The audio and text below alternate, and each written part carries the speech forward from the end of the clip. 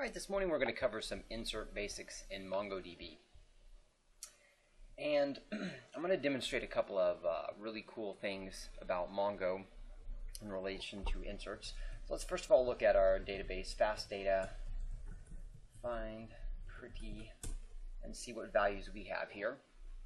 And you'll notice that we have 5 values, and 4 of the values we have keys or fields, ID and house, and 1 of the values we have fields or keys, ID, and address. So I use, for those of you who have been watching or haven't been watching, I use the word key and field to specify these items, ID and address. I think of this as key and value, but you may hear people use the word fields. And that's going to be important because we're going to be doing inserts now. And excuse me. So one of the things to note is that when we are doing these, it is very useful to understand exactly how and what the terminology is.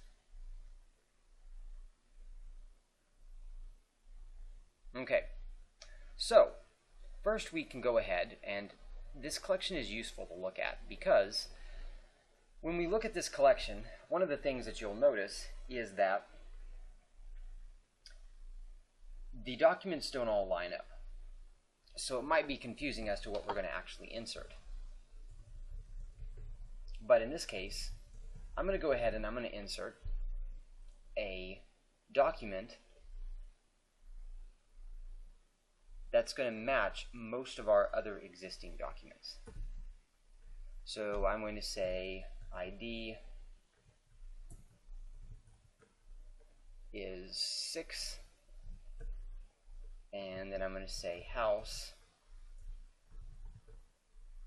is, let's see, 445 7th Street.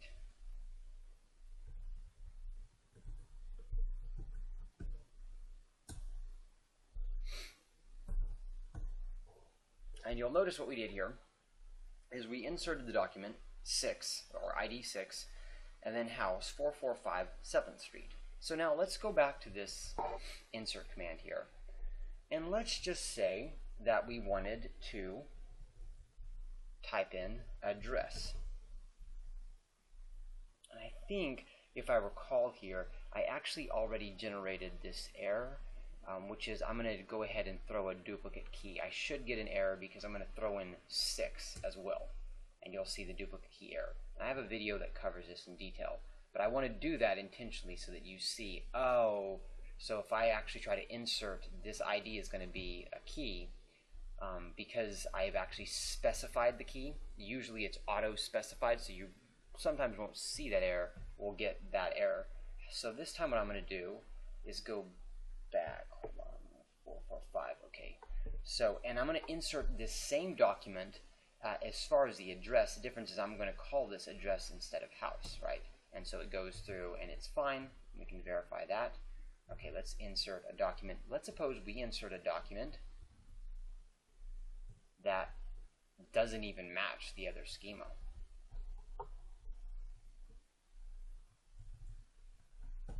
So let's call it randomness. And then la la la. And then let's have another field called why is this added?